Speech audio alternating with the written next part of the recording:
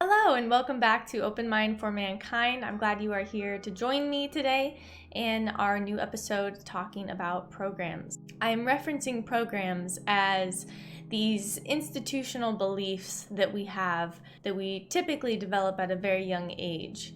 And these things affect the way that we interact, act, react, think, feel, see, hear, everything in our existence in today's society is derivative of this belief system that we adopted and subscribed to at such a young age. So let's start by talking about the science behind all of this, because there is a science.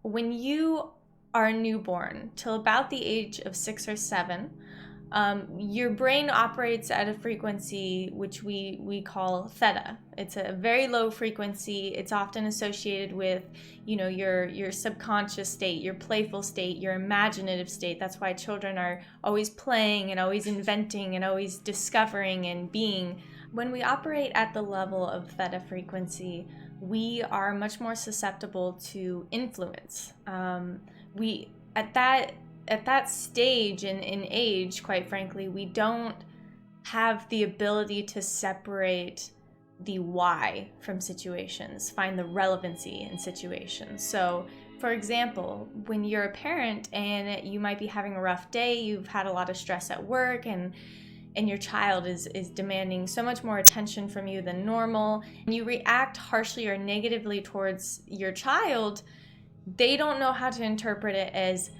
dad or mom has had a rough day at work. It's not about me. It has nothing to do with me. At that age and at that frequency of brain activity, they are thinking and associating, I don't deserve love. I don't deserve this. Daddy doesn't like me. Mommy doesn't like me. They're mad at me. These negative things that weigh on us because they can't find the relevancy to the situation at that age until about 6 or 7.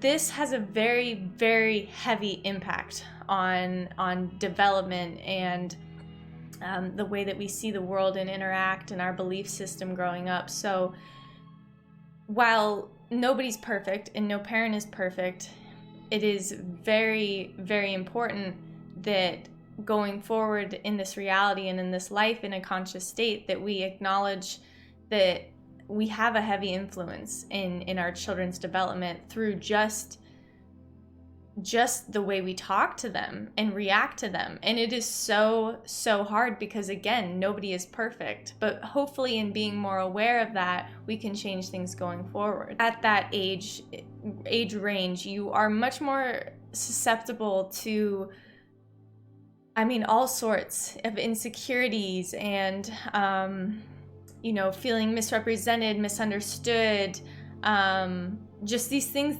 that develop unknowingly throughout your existence, and then you carry on throughout your days and your years and your life, and it expands on that, and it expands that belief system, and it's all tied to the ego. It's all tied to how we feel about ourselves and see about ourselves because of things we've heard and felt and been a part of, and the things that society tells us, and all of this. It's a bunch of noise, and we don't even realize it's noise because it's glued to our subconscious. And our subconscious by default is the thing that allows us to drive on the road without actually thinking about driving. When you are driving, it's your subconscious. I know that I'm turning right, so subconsciously I'm trained to turn on my right turn signal. It's your subconscious mind is your patterns. It's the things that stay constant. It's the way that we're trained. So if something happens at such a young age repetitively, and not even just at a young age, it's going to stick with your subconscious. And retraining your subconscious is one of the hardest things to do. You're, as I say, reprogramming, old belief systems, and it's very hard to write over and very hard to retrain that computer and that system. I would like to share a personal experience of mine, and maybe you can relate, maybe not, maybe you can pull something from it. I really hope so. It's a very vulnerable story of mine because it is something that fortunately or unfortunately has shaped a lot of my existence up until this point. And there are parts of it that hurt my ego and I'm not proud of, but I accept and acknowledge those parts now.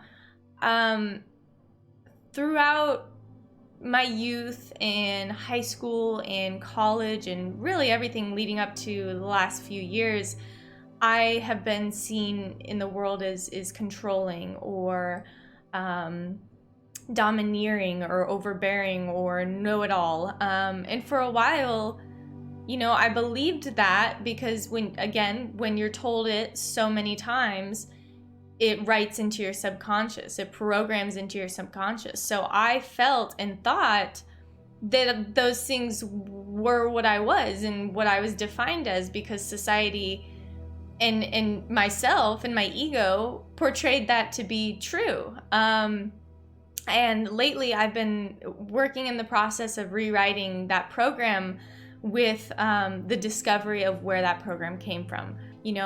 My family had its faults, but it was nothing extreme in my eyes. But there were, some darker days, as any childhood has. And a lot of those situations, I felt as the child I needed to step up and I needed to perform and I need to care for my parents and my brother and, made me feel like that's what I needed to do. That was my role in things. And as that belief, transpired and transformed throughout the years, it got heavier. The belief, the subconscious thought continued and I expanded on it. As a result, I judged myself and I struggled to love myself, and it was difficult to understand people and empathize at a young age for people because of this program that was forbidding me from understanding people and understanding that we all have flaws and I have flaws. And I think, ignorantly and unfortunately, I judged myself.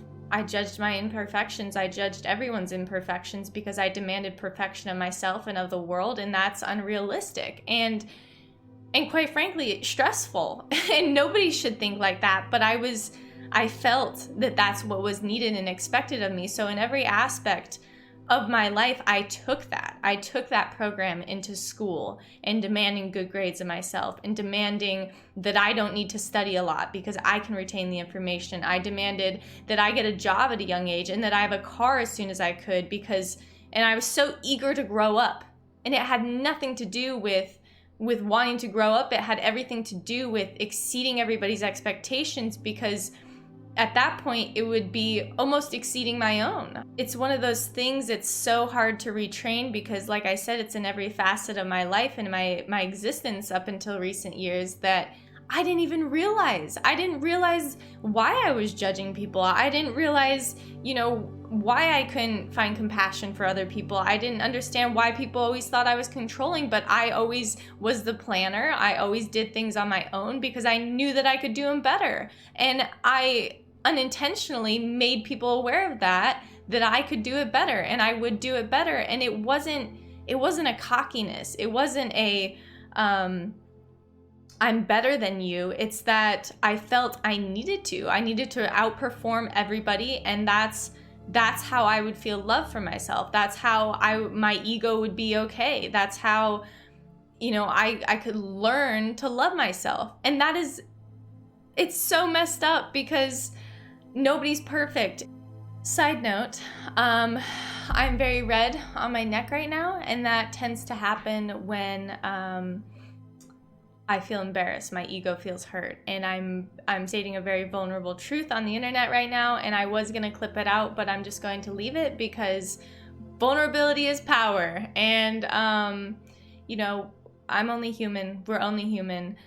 We're built to be imperfect, and I think through that there is a lot of perfection, but we'll get to that in a different video sometime. Branching off of what I was saying, this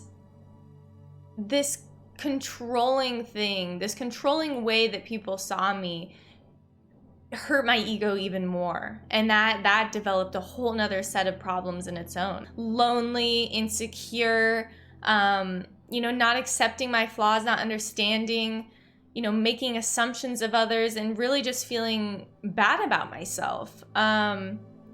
So I think it turned into a very vicious cycle of, people see me this way, so I must be this way. And that stemmed from an earlier on belief that just wrapped itself around and around and around until my insecurities and my self-doubt became my existence, because it was so subconsciously written into me that was what was. And that is not my reality at all. I'm not controlling. I'm, not domineering. I'm very compassionate and loving and empathetic and down to earth. And I know I have all these things to offer the world now. And I'm constantly working to rewrite my controlling tendencies as the world sees them, my want and drive to do the best, to be the best, to expect the best. I'm consciously and subconsciously every day working very hard at ditching those beliefs in my workplace, in my family, in my relationships, in myself, when I'm by myself, not expecting the most of myself. Because when you do that, you're hurting your ego. And what is ego? It's nothing but a compilation of all those beliefs, of all those screwed up beliefs that have stuck by us. I just want you guys to be aware, to be conscious of the thoughts that are coming into your head, because only you know your thoughts, only you can reflect on your thoughts. And I never knew how to do that until now.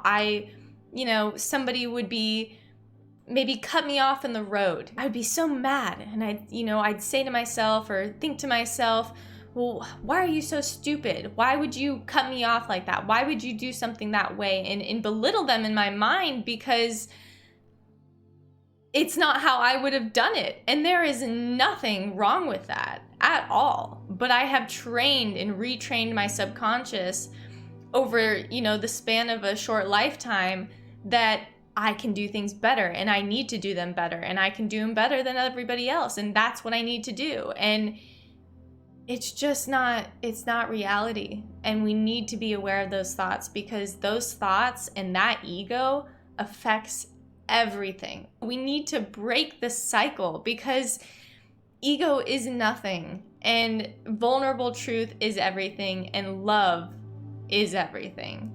So I guess my takeaway from this is be mindful of the way you're thinking and the way that you're reacting, and try very, very hard to figure out why you're reacting that way, why you're thinking that way, because you might very well feel more at peace in understanding that little part of you and growing from it. I know since I made this discovery, I feel so much more understanding of myself and appreciative of my growth, and excited for the future, excited to rewrite this and be somebody who's confident all the time and never self-doubting, and always excited about people and interactions and accepting and just a more carefree way of living. And I think that we want that all, but we don't always know the tools on how to do it. We all share this beautiful planet, and we have so much hate and anger and fear and doubt, and we need to just